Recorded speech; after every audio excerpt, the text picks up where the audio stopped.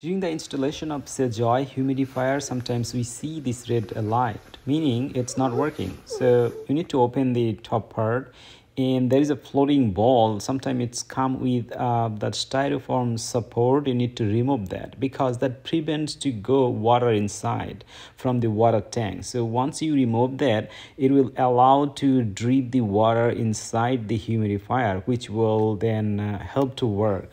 So see that there is water inside there. So but when I turn on, still I see the red light, but a little bit of later, and you see I was turning on and it's working. So that is the way. There's a little trick you can follow. Sometimes it's when you are using the tap water, it's clogged with the salt, so you need to remove that, wash that water dripping part with a little vinegar and water mixture, so that will clean and that remove the salt clog, and that will work. Yeah, that's how it works.